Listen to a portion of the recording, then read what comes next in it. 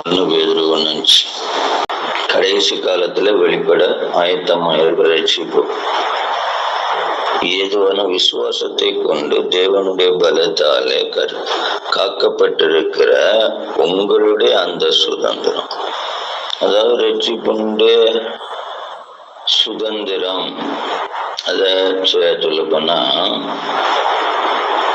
இந்த சுதந்திரம் அப்படின்னு சொல்ற 4வது வசனத்துல அவர் கிறிஸ்து மரித்ததனாலே எழுந்ததனால், மரித்தோரிலிருந்து எழுந்ததனாலே அழியாததும் மாசற்றதும் வாடாததும் ஆகிய சுதந்திரத்துக்கு ஏதுவாக ஜீவனுள்ள நம்பிக்கை உண்டாகும் தமது மிகுந்த இரக்கத்தின்படியே நம்மை மறுபடியும் ஜென்பித்தார். அப்ப இங்குள்ள சுதந்திரம் அப்படின்னு சொல்றது என்னது?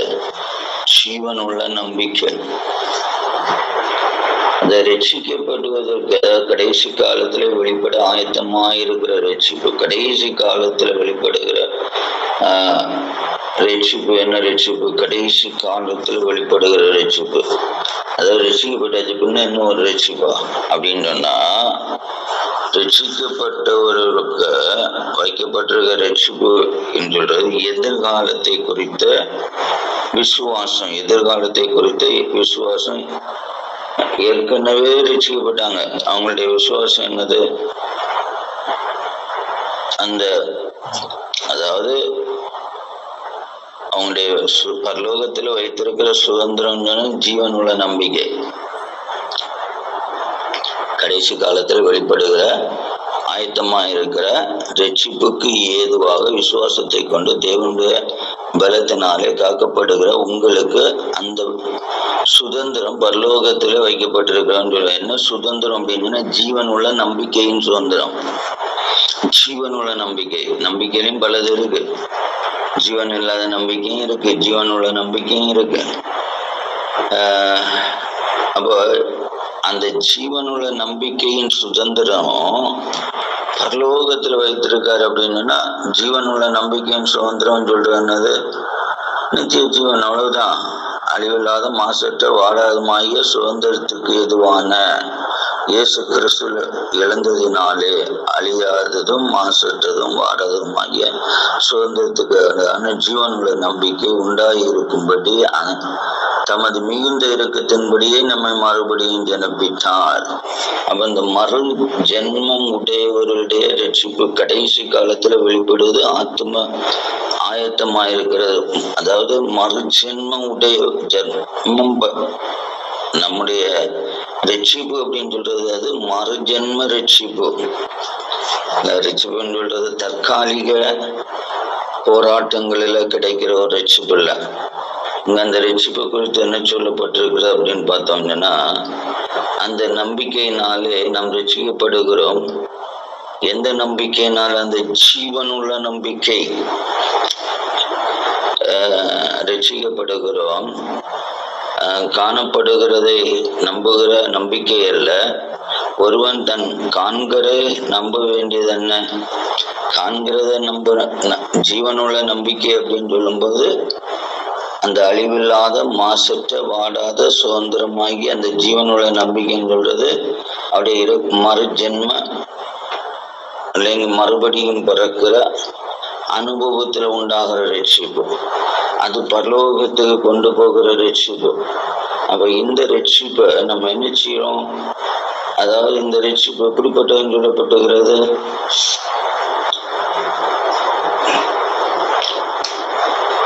இந்த ரட்சிப்பு அதாவது மறுஜென்ம ரட்சிப்பு இருக்கிறவனை தான் தேவன் என்ன செய்யறாரு? பாதுகாக்கிறார். அதான் அதுல உள்ள முக்கியமான வேற ஒன்றும் இல்லை. எல்லாருக்கும் தேவனுடைய பாதுகாப்பு இல்லை. மறுஜென்ம ரட்சிப்பும். மறுஜென்ம ரட்சிப்புக்கு அடிസ്ഥാனம் என்னது? ஜீவனுள்ள நம்பிக்கை.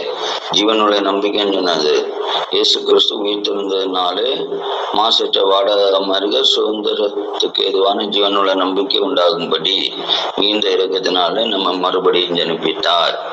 அப்ப இங்க அந்த ரட்சிப்பு அதாவது கடைசி காலத்துல வெளிப்பட ஆயத்தமா இருக்கிற ரட்சிப்புன்னது நித்திய ஜீவனுடைய ரட்சிப்பு. அந்த ரட்சிப்பு எதை பேஸ் பண்ணி இருக்கும்? அந்த ரட்சிப்பு நம்பிக்கையை பேஸ் பண்ணி இருக்கும். காணப்படுகிறத நம்ப இல்லை, காணாததை நம்புகிறது தான் ரட்சிப்பு. இங்க நம்பிக்கை, அந்த விசுவாச பாதையில ஏற்படுகிற அந்த ரட்சிப்பு. இனி எபிரேயர் 2:5 பிரகாரம் இனி வரும் உலகத்தை குறித்து பேசுகிறோமே, அதை அவர் தூதர்களுக்கு கீழ்ப்படுத்தவில்லை.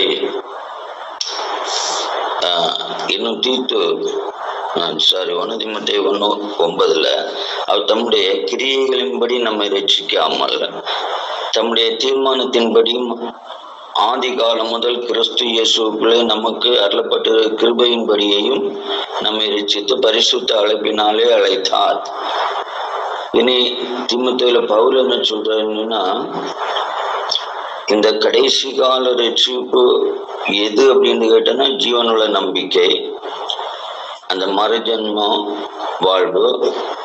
அதுக்கு அடுத்தது என்னது? இங்க பவுல் என்ன சொல்லி இருக்கிறாருன்னா, இயேசுவுக்குள் நமக்கு அருளப்பட்டிருக்கிற கிருபையையும் நம்மை ரட்சித்து பரிசுத்த அழைப்பினாலே அழைத்தது. அப்ப இங்க கிருபையும் அழைப்பும் சேர்ந்து உண்டாகிற அந்த மறுஜன்ம வாழ்வனுடைய ரட்சிப்பு, கிருபையும்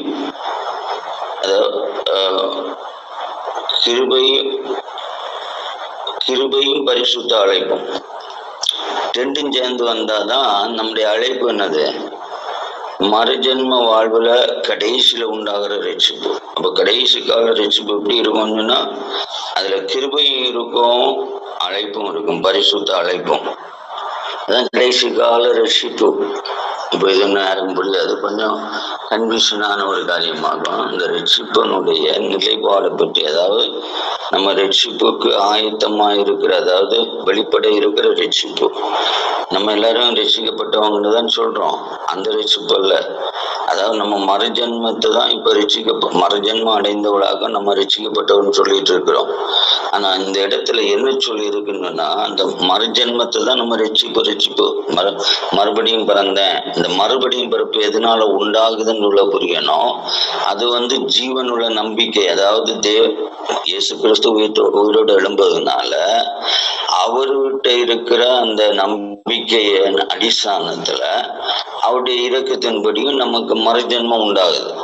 அந்த மறுஜன்மத்தை தான் இப்ப எல்லாரும் ரட்சிப்புன்னு சொல்றோம்.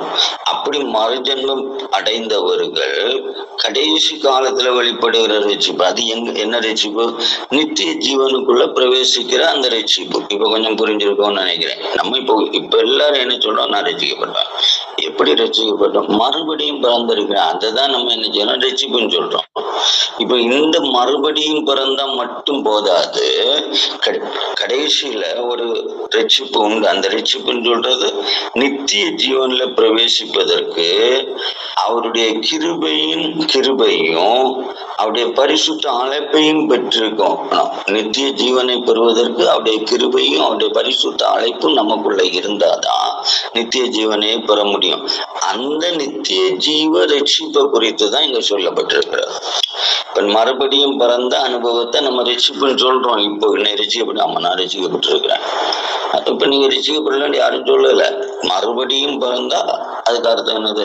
அந்த மறுபடியும் பிறப்புன்னு சொல்றது எப்படி வருது?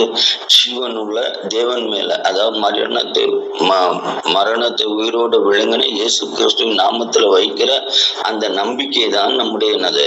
மறுஜன்ம தன்னுடைய அனுபவம். அந்த நம்பிக்கை தான் மறுஜன்ம அனுபவம். அந்த மறுஜன்மத்தை தான் ரட்சிக்கப்பட்டோம்னு சொல்றோம். அந்த ரட்சிப்பு சொல்லல. கடைசி காலத்துல வெளிப்பட ஆயத்தமா இருக்கிற ரட்சிப்பு. கடைசி கால ஆயத்தமா இருக்கிற ரட்சிப்பு எது? நம்ம நித்திய ஜீவனுக்குள்ள கொண்டு போகிற ரட்சிப்பு. அந்த நித்திய ஜீவன்ல கொண்டு போகிற ரட்சிப்பு எப்படி இருக்கும்? அந்த ரட்சிப்பு பவுல் சொல்றாரு, அது கிருபையும் பரிசுத்த அழைப்பும் கொண்டதா இருக்கும். அதாவது நித்தியத்துக்குள்ள அழைப்பு இருக்கணும். நம்பினது ஓகே, நம்பினதுனால மறுபடியும், ஆனா அழைப்பு கிடைக்கல. மறுபடியும் பிறந்துட்டோம், அழைப்பு இல்லாத நிறைய பேர் இருப்பாங்க. அதாங்க என்னன்னா, மறுபடியும் பிறந்துட்டோம், மறுபடியும் பிறந்தேன்னு சொல்லுவாங்க.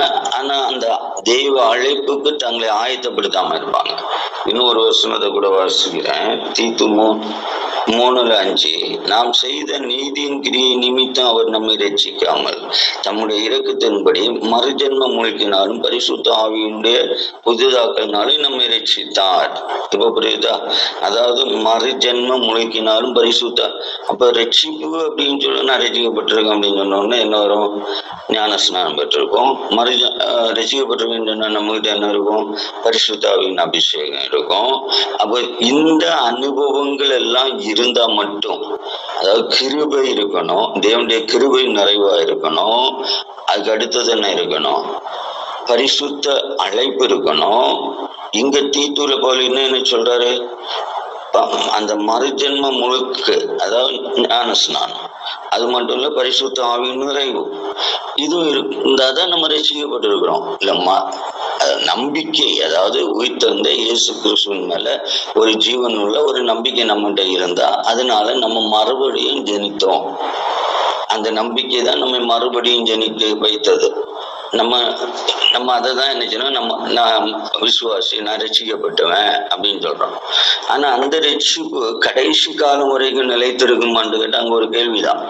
அந்த ரட்சிப்பு கடைசி கால ரட்சிப்பு அப்படின்னு சொல்ற நித்தியத்துல நம்மளை கொண்டு விடணும். அப்ப நித்தியத்துல அந்த ரட்சிப்பு, அதாவது மறுஜென்ம அனுபவ, அதாவது உயிர்த்தெழுந்த இயேசுவை நம்புகிறதுனால நான் மறுபடியும் பிறந்திருக்கிறேன். அந்த மறுஜென்ம வாழ்வுல இப்ப என்ன உண்டாகணும்? பரிசுத்த அழைப்பு உண்டாகணும், அவருடைய கிருபை நிறைவு உண்டாகணும், இன்னும் ஸ்நான ஜீவிதம் உண்டாகணும், இன்னும் ஆவியின் அபிஷேகம் உண்டாகணும். இதெல்லாம் இருந்து இந்த அழைப்பு நம்ம கிட்ட வந்தா மட்டும்தான் கடைசி கால ரட்சிப்பு, அதாவது நித்திய ஜீவனுக்குள்ள பிரவேசிக்க முடியும். அதான் ரட்சிக்கப்பட்டவன போதாதுன்னு சொல்லிட்டு தான் என்னது மறுபடியும் பிறந்துட்டா ஓகே ரைட் அப்படியே உட்கார்ந்து விட மாட்டாங்க. அதுக்கப்புறம் நம்ம என்ன செய்ய வேண்டியதா இருக்கு? அவருடைய கிருபை நிமித்தம் அவருடைய பரிசுத்த அழைப்புக்கு தங்களை ஆயத்தப்படுத்துவதற்காக ஞான ஸ்நானம் எடுக்கணும், ஆவியின் நிறைவுல வரணும். அப்போ ஆவியின் நிறைவு நமக்குள்ள இருந்தா மட்டும்தான் நமக்கு என்ன உண்டாகும்? புதிதாக்கப்படுதல் என்ற ரட்சிப்பு உண்டாகும். அப்போ ஞான ஸ்நானம், ஆவியின் நிறைவு, அது அபிஷேகம் சொல்லுவாங்க, மறுவாசம் சொல்லுவாங்க, வரங்கள் சொல்லுவாங்க. அப்போ இதெல்லாம் யாருக்கு உண்டாகிறது? மறுபடியும் பிறந்தவர்களுக்கு உண்டாகும். நம்ம மறுபடியும் பிறப்ப வச்சுட்டாக்க நம்ம என்ன சொல்லி நான் ரசிக்கப்பட்டேன் அப்படின்னு சொல்றோம். அது போதாதுன்னு தான் சொல்லப்படுகிறது. இப்போ புரிஞ்சிருக்கணும். மறுபடியும் ஆமா நான் மறுபடியும் பிறந்தேன் ரைட். ஆனா அது கடைசி கால ரட்சிப்புல கொண்டு விடணும். அப்போ அது கடைசி கால ரட்சிப்புன்னா நித்திய ஜீவனுக்குள்ள நம்மளை கொண்டு விடணும். அப்ப நித்திய ஜீவனுக்குள்ள கொண்டு விடணும்னா இன்னைக்கு பெற்றிருக்கிற அந்த மறுஜென்மம் இல்லைன்னா மறுபடியும் பிறந்த இல்ல விசுவாசம் இல்ல ரசிக்கப்பட்டதுன்னு சொல்ற நம்ம என்ன செய்ய வேண்டியதா இருக்கு? கிருபையினால நிறைக்கப்பட்டு பரிசுத்த அழைப்புக்கு யோக்கியமாய் பரிசுத்த அழைப்பு நம்ம கிட்ட உண்டாகணும். பரிசுத்த அழைப்பு உண்டாகணும்னு சொன்னா பவுல் என்ன சொல்றாங்கன்னா தீத்தன்பரை மறுபடியும் ஜனிப்பித்தார். அதாவது மறுஜென்ம முழுக்குன்னு சொல்றது ஞான ஸ்நானம். அதுக்கடுத்து ஆவியினுடைய அபிஷேகம், அதான் ஸ்நானம் பெற்றவையா இனிப்ப என்னது வரங்களை பெறணும்னு சொல்லுவாங்கல்ல, அந்த அபிஷேகம். இவ்வளவும் இருந்தா மட்டும்தான் நமக்கு என்ன உண்டாகும்? நித்திய ஜீவனுடைய ரட்சிப்பு உண்டாகும்.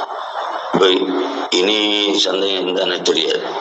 இதுக்கு மேல என்னத உங்களுக்கு நித்திய ஜீவ ரட்சிப்பை குறித்து தான் சொன்னேன். இந்த நித்திய ஜீவ ரட்சிப்புக்குள்ள பேஸ்க்கு நமக்கு அது வழுகாம அதை காக்குறது தேவனுடைய கிருபை. நம்முடைய பலத்தினால அந்த கிருபையை நமக்கு பெற்றுக்கொள்ள முடியாது.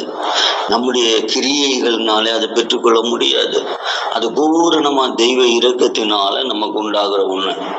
அப்போ முதலாவது நம்ம செய்ய வேண்டியது மறுஜென்ம நம்மகிட்ட இருக்கணும். அது எதனால? ஜீவன் உள்ள தேவன் மேல உள்ள நம்பிக்கை. அதான் வழுகாத ஒன்று, காத்துக்கக்கூடிய ஒண்ணு. அப்ப அந்த ஜீவன் உள்ள தேவன் மேல இருக்கிற, அதை மரித்துயிர்த்த இயேசுவின் மேல வைக்கிற அந்த நம்பிக்கை.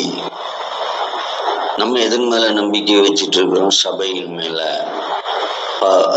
பாஸ்டர் மேல, உலகத்துல உள்ள அந்த கூட்டங்களின் மேல, அதுக்கு மேல உள்ள நம்பிக்கை இல்லை. நம்பிக்கை அப்படின்னு ஜீவன் உள்ள இயேசு கிறிஸ்துவின் மேல வைக்கிற அந்த நம்பிக்கை நமக்கு மறுஜென்ம அனுபவத்தை தந்திருக்கு. இப்போ அந்த மறுஜென்மம் மட்டும் போதாது, நம்ம இப்ப என்ன செய்ய வேண்டியது இருக்கு? கிருபையின் நிறைவினாலே உண்டாகிற பரிசுத்த அழைப்பு பெறணும். அப்ப பரிசுத்த அழைப்பு பெறணும்னா பவுல் சொல்றாரு, தீத்துவில் வரும்போது சொல்றாரு, மறுஜன்மம், அதாவது ஸ்நானமும் பரிசுத்த ஆவியின் நிறைவும். ஸ்நானம், இப்ப ஸ்நானம் எடுத்திருக்கோம், ஓகே விட்டுருங்க. ஆனா பரிசுத்த ஆவியின் நிறைவு அங்கதான் பெரிய சிக்கலே உண்டாயிட்டு இருக்கு. பரிசுத்த ஆவியினுடைய புதிதாக்குதல், பரிசுத்த ஆவியினுடைய நிறைவுன்னு ஒவ்வொரு நாளும் நம்ம புதிதாக்கிட்டே இருப்பாரு. அதான் பரிசுத்த ஆவியினுடைய நிறைவின் அனுபவம். வரங்களினால ஜொலிக்க பண்ணிக்கிட்டே இருப்பாரு, கிருபையினால நடந்து. அப்படிப்பட்டவங்களா இருந்தா மட்டும்தான் இந்த நித்திய ஜீவனுக்குள்ள பிரவேசிக்க முடியும். இன்னொரு இடத்துல என்ன சொல்றாருன்னா, கடைசியா முடிச்சுறேன், ரோமர் 13:11, நித்திரையை விட்டு எழுந்திருக்கத்தக்க வேலை ஆயிற்று என்று நாம் காலத்தை அறிந்தவர்களாகி இப்படி நடக்க வேண்டும். நாம் விசுவாசிகளான போது ரட்சிப்பு சமீபம் இருப்பதை பார்க்கணும். இப்பொழுது அது அதிக சமயம். அந்த வார்த்தையை நல்ல வாசிச்சிங்க, கவனிச்சிங்களா? விசுவாசிகளான போது. அப்ப அந்த மறுஜென்மம் அப்படின்னு சொல்றது நம்மளை யாரா மாத்துச்சு? விசுவாசியா தான் மாத்துச்சு. ஆனா நித்திய ரட்சிப்பை நமக்கு கொண்டு வந்து தரல. நம்ம இப்ப விசுவாசிகள். மறுஜென்மம் சொல்றது, மறுஜென்மம் யாருக்கு எதனால வந்தது? அதாவது நமக்கு மறுஜென்மம் வந்து ஜீவனுள்ள நம்பிக்கை. யார் மேல உள்ளது? மரித்து வைத்த இயேசு கிறிஸ்துவின் மேல உள்ள ஜீவனுள்ள நம்பிக்கையினால வந்ததுதான் மறுஜென்மம். அப்ப அந்த மறுஜென்மத்தை தான் நம்ம இங்க வந்து இப்ப நினைச்சிட்டு இருக்கோம். அதான் விசுவாச கூட்டம். அப்போ இந்த விசுவாசிகளுக்கு ஒரு ரட்சிப்பு சமீபமா இருக்கிறது. எந்த ரட்சிப்பு?